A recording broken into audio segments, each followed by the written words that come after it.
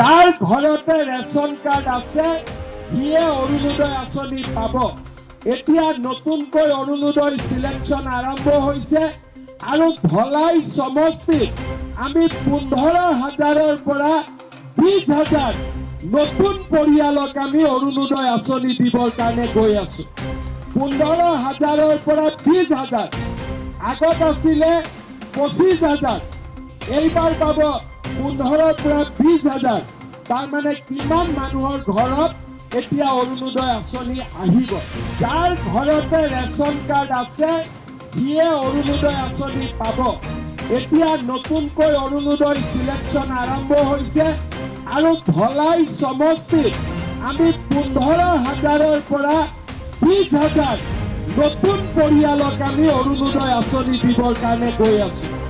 15,000ৰ পৰা 20,000, আগত আছিলে 25,000, এইবাৰ পাব 15ৰ পৰা 20,000। তাৰমানে কিমান মানুহৰ ঘৰত এতিয়া অৰুণোদয় আঁচনি আহিব।